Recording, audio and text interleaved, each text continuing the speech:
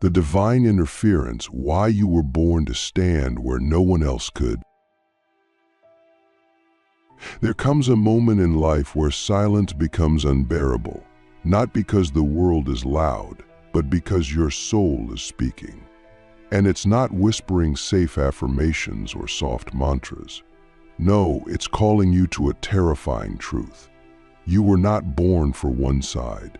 You were born to stand between the light and the dark. You are the bridge, and that's why nothing in your life has made sense in the conventional way. You've never fit neatly into lightworker spaces, and you've never fully surrendered to the shadows either. You were designed to carry codes from both realms, not because you're confused, but because you're meant to translate what neither side understands alone. This is not a metaphor. This is a cosmic assignment. And the more you try to fit into one polarity, the more your soul will rebel. Because you weren't built to choose sides. You are built to connect them. But the question is, can you carry both without destroying yourself in the process? The first sign you're a bridge chosen one is that your life has always been a paradox of extremes. You've experienced high spiritual bliss and deep emotional torment, moments of angelic grace followed by waves of demonic temptation. Perhaps you've had visions of light only to wake up hours later in a depressive fog. Maybe you've been the healer in one room and the destroyer in another. And people don't understand that. They want you to pick a lane. But you can't. You were never meant to. You are forged through contradiction. You carry both the frequency of heaven and the density of hell. And this doesn't make you unstable. It makes you multi-dimensional. Because only those who have sat in both realms can truly understand balance. And if you're still swinging between extremes, ask yourself, have I accepted that my soul is not chaotic, it's expansive? The second sign is that your presence triggers intense reactions. Some people see you and feel peace. Others feel fear. Some are magnetically drawn to you. Others seem to hate you without reason. That's because your aura doesn't just reflect, it amplifies. You're a mirror that magnifies what's hidden in others. Angels see in you a gate for redemption. Demons see in you a gate for rebellion. And humans? They feel both, and they're confused. You've likely been called too much. Too intense. Too emotional. Too wise. Too lost. Too found. But that's because you hold a frequency that defies linear understanding. You are a spiritual voltage converter. You don't just carry light, you translate it through shadow. And that requires a nervous system built for storms. But are you grounding yourself enough to hold that frequency? Or are you burning out because you're still trying to be normal? The third sign is that you've had unexplainable spiritual encounters with both ends of the spectrum. Maybe you've seen angels in your dreams or felt their presence in moments of near death. Maybe you've also battled entities in your sleep or felt pulled toward the occult without knowing why. You've likely gone through phases of obsession with purity, followed by fascination with darkness. And rather than label these as phases, what if you saw them as initiations? You're not being attacked, you're being recruited. Both sides have seen what you carry, and both want to influence your mission. But your role is not to obey either. It's to witness, to translate, to build bridges. You are the only one who can walk into a demonic space and speak light without fear. You're also the only one who can enter a sacred space and bring grounded truth without ego. But have you built the spiritual discipline required to walk in both without collapsing into either? The fourth sign is that you carry deep inner wars that seem to have no resolution. You wake up feeling light and end the day in collapse. You meditate and feel divine presence, but hours later, you're overwhelmed by shame, anger, or intrusive thoughts. It's not because you're broken, it's because you're processing multiple realms at once. You're not just healing your own wounds, you're decoding ancestral trauma. You're absorbing collective energies. You're receiving messages from both the divine and the fallen. And your body, your sacred vessel, is the battlefield. This is why regulation is your lifeline. Breath work, nature, sacred silence, ritual, movement. These are not optional practices for you. They are non-negotiable. Because if you don't master your energy, it will master you. So ask yourself, do I allow myself to feel all of it without identifying with any of it? The fifth sign is that you are drawn to forbidden knowledge. You're not satisfied with surface-level spirituality. You want to know what's behind the veil, why some rituals work, why some prayers echo and others pierce, why some people awaken and others never do. You've likely studied angelology and demonology. You've read texts others avoid. You've questioned doctrines, challenged teachers, and dismantled your own beliefs. And it's not because you're lost, it's because your soul knows that truth is layered. You're not here to memorize sacred scripts. You're here to decode them.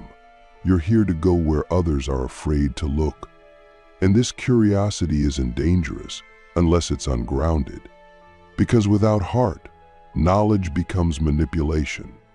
But when you marry wisdom with love, you don't just become a seeker, you become a seer.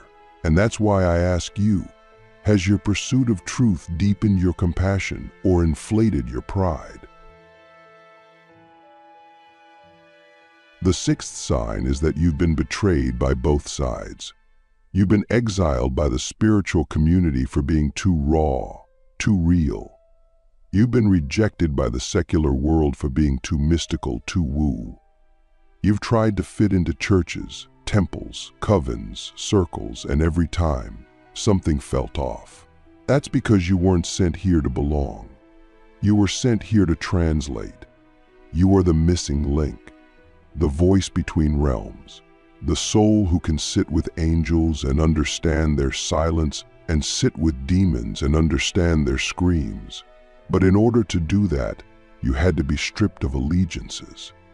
You had to be made neutral, not passive, but empty enough to carry truth without distortion. And that's why your path has been so lonely. But now that you know, the question becomes, are you ready to stop seeking a home and start becoming one? The seventh sign is that you carry a memory of before this life. It comes in flashes, in dreams, in moments of stillness, a knowing that you've done this work before, that you've stood in the space between realms in other timelines, that you've carried messages across the veil, and that this lifetime is not your first mission, it's your most important one. Because now the world is splitting. Darkness is not hiding anymore. Light is becoming more refined. And the bridge between them, it's you. Not as a savior, not as a preacher, but as a frequency holder. You are here to stabilize polarity, not eliminate it. You are here to walk into chaos and remain in truth.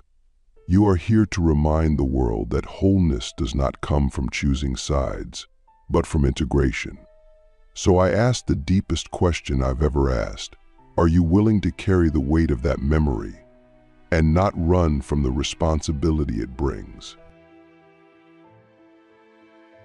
You've just heard the 7 signs.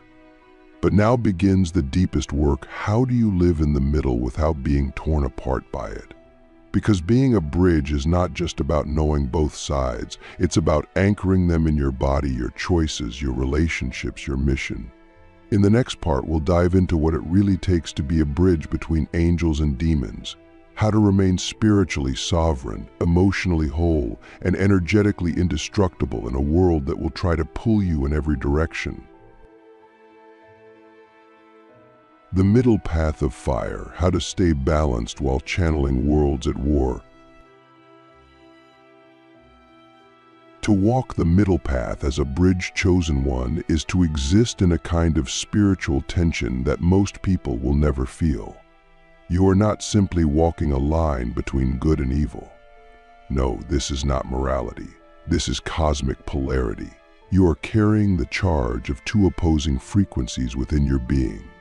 Light and shadow, order and chaos, serenity and rage.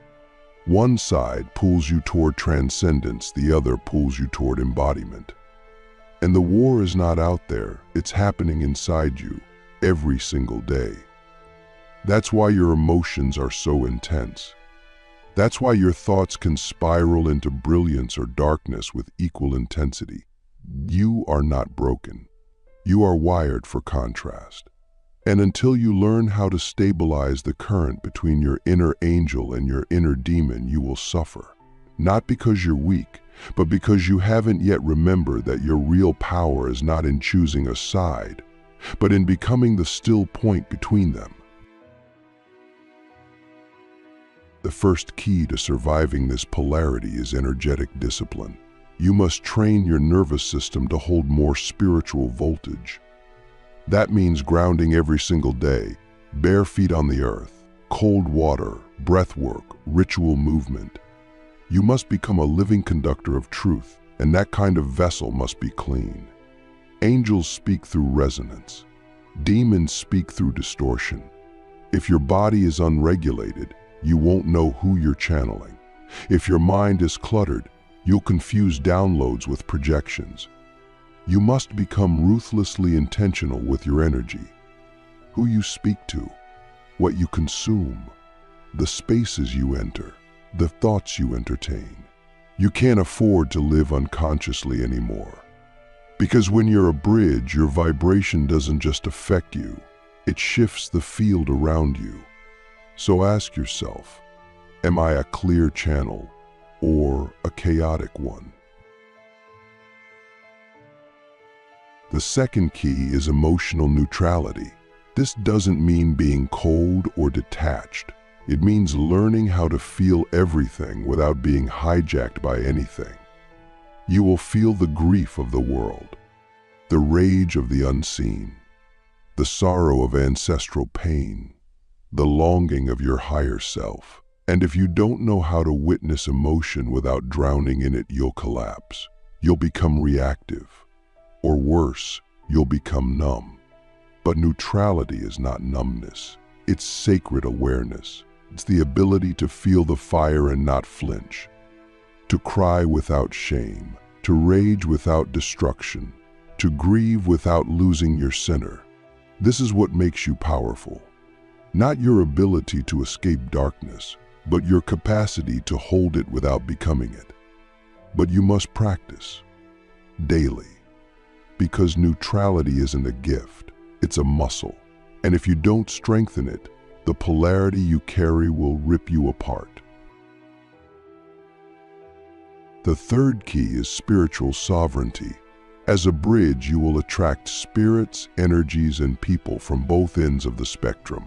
Some will come to be healed, others will come to feed. And if you don't know how to discern their intentions, you'll be manipulated. You must become fluent in frequency. Learn to feel truth in your body. Learn to sense distortion in a smile. Learn to decode manipulation, even when it comes wrapped in sacred language. Because not every angelic energy is pure. And not every demonic energy is evil. The spiritual world is not what you were taught. It's layered, and you were built to see through the veil. But only if you stop outsourcing your authority. You don't need a guru. You don't need a savior. You need to remember your own resonance.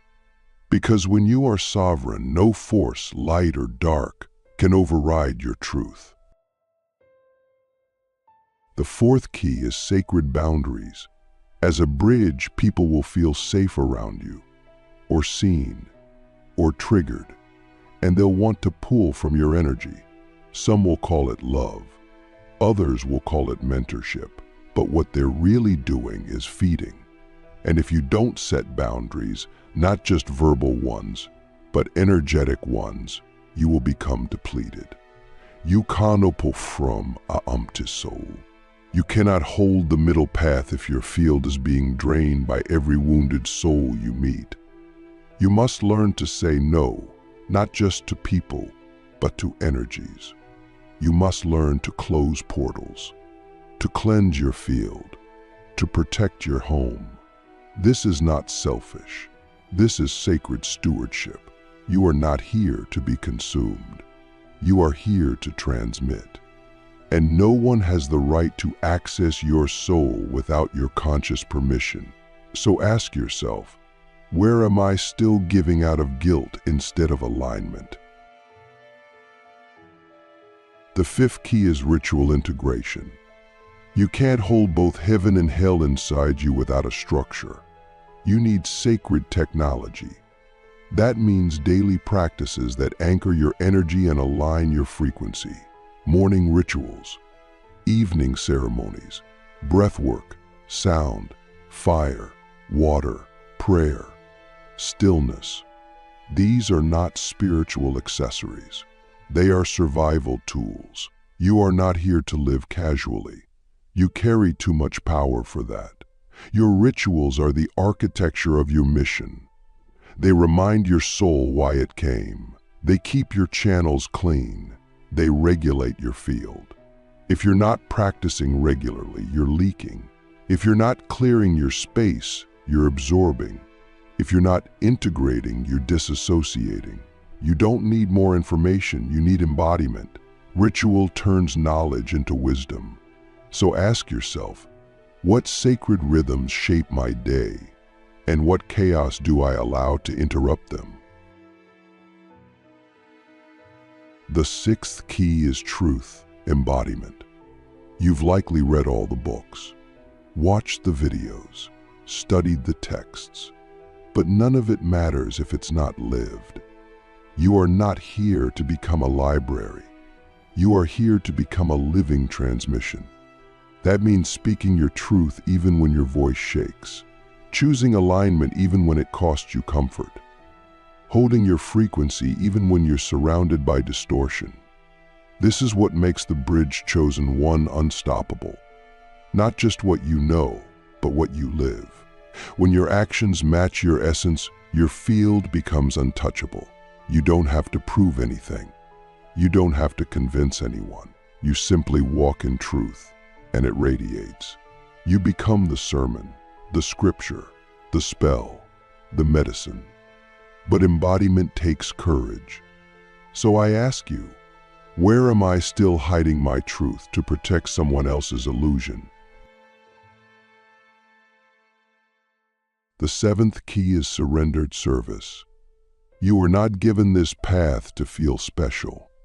You are given this path to serve, but not from ego, not from savior complex, from devotion, from reverence, from the knowing that your life is not yours alone. It is a vessel for something greater, and that service will not always look grand. Sometimes it's a word you speak to a stranger. Sometimes it's the frequency you hold in silence. Sometimes it's the truth you refuse to abandon. But your presence is your purpose. And your greatest impact may never be seen, but it will be felt in realms the eye cannot see. So do not chase visibility, chase alignment, chase truth, chase God, and let your life become a bridge that others can walk across to remember their own divinity. You've now received the map, but the map is not the path. The real journey begins when you live what you've remembered. In the next and final part, we'll go deeper than ever before into the mystery of why you were truly sent here. We'll explore the original contract of the bridge soul, the ancient war between realms, and the final question that every bridge chosen one must face. Will you stand in the middle when both sides begin to fall? The soul contract of the in-between, why you were sent to hold the line when no one else could. There are souls who are born into love, souls who are born into chaos. But then there are the rare ones, the ones who are born into conflict, not as victims of it, but as vessels through which it can be redeemed. If you're a bridge chosen one, you are one of those rare souls. Before this lifetime, before this body, before your name, your soul stood at the edge of a great rupture between realms. And in that silence, you made a vow. I will go. I will stand where the others cannot. I will hold the line when the world begins to fall apart. That vow didn't come from ego. It came from deepest love, a love so ancient, so fierce, that it was willing to incarnate into density, confusion, pain, and polarity just to be the link between separation and wholeness. You didn't come here to escape the war. You came here to end it within yourself. And by doing so, you'd ripple equilibrium across dimensions. Do you remember now? The soul contract of the bridge chosen one is not about power. It's about presence. You don't conquer darkness. You witness it into transmutation. You don't ascend beyond the world. You descend fully into it, bringing heaven with you. Your work happens in the subtle spaces, between the scream and the silence, between the ritual and the real, between the light and the shadow. You were designed to hold paradox. That's why normal spiritual paths never worked for you. That's why every time you tried to pick a side, your soul rebelled. Because your contract isn't about sides, it's about synthesis. You are here to remember what they forgot. That light without shadow is fragile, and shadow without light is blind. But when both are held in reverent balance, truth awakens. You are not here to choose who is right. You are here to remember what is whole. That contract, however, comes with a cost, and that cost is loneliness. There is a unique ache in the bridge soul, the ache of not being fully seen by either side. The angels may find you too raw. The mystics may find you too grounded. The rebels may find you too pure. The world may find you too strange. And at times, even you won't know where you belong. That's because your belonging isn't to a tribe. It's to a mission. You were planted on earth like a seed of equilibrium, meant to root into the chaos and bloom constellations of coherence. You were never meant to fit. You were meant to anchor. But in the ache of that isolation, you must find your sanctuary, not in people, but in presence. In the still, vast, silent communion with Source that no one can give or take away. So ask yourself, have I mistaken loneliness for abandonment? Or can I remember that solitude is where the bridge receives its codes? Your contract also includes activation. At some point, something will happen, maybe already has, that will ignite your remembrance. A betrayal, a dream, a breakdown, a direct encounter with a force that doesn't operate by human logic. And in that moment, everything will fracture. The illusion of who you thought you were will collapse. And you'll be left with only one thing, the truth, that you are not here to play roles. You are here to transmit frequencies. From that moment on, your life will no longer be your own in the way it once was. Every moment will become an initiation. Every interaction, a transmission. You'll start seeing through people. You'll start hearing the voices behind the words. You'll begin to feel the architecture of reality shifting when you speak. And the question will arise, Can you stay human while remembering you are also divine machinery? But perhaps the most sacred and painful aspect of this contract is sacrifice. Not the superficial, performative kind, but the quiet, invisible, soul-level letting go of comfort, of praise, of belonging, of control. You will be asked to release identities that once protected you, to walk away from paths that once made sense, to speak truths that cost you relationships, to stand in silence while others misunderstand your mission, and still to love anyway, to bless anyway, to stay open anyway, because your service is not conditional, it is covenantal. You serve not because it's easy, but because your soul promised. And that promise wasn't to any doctrine. It was to the field itself, the space between realms, the womb of the void, the breath between opposites. Will you keep that promise even when no one sees, even when no one understands? In the deepest layer of your contract lies reunion. You are not here to bridge angels and demons alone. There are others, scattered across the earth, sail, hidden, powerful. And when you begin to fully embody your role, you will start to feel them, in dreams, in synchronicities, in sudden knowing. One by one, the other bridges begin to awaken. And when enough of you remember, the grid activates. A planetary frequency begins to pulse, subtle at first, then undeniable. And in that frequency, the old war begins to dissolve. Not through battle, but through integration. The realm of angels remembers compassion. The realm of demons remembers truth. And Earth, our beloved Earth, becomes the crucible where separation itself is alchemized. This is not fantasy. This is why you came. The question is, will you answer the call, not just once, but every single day until the last veil falls? And finally, the question that no spiritual teacher can answer for you, the one only your soul knows how to respond to. Will you remain the bridge when both heaven and hell forget why they exist?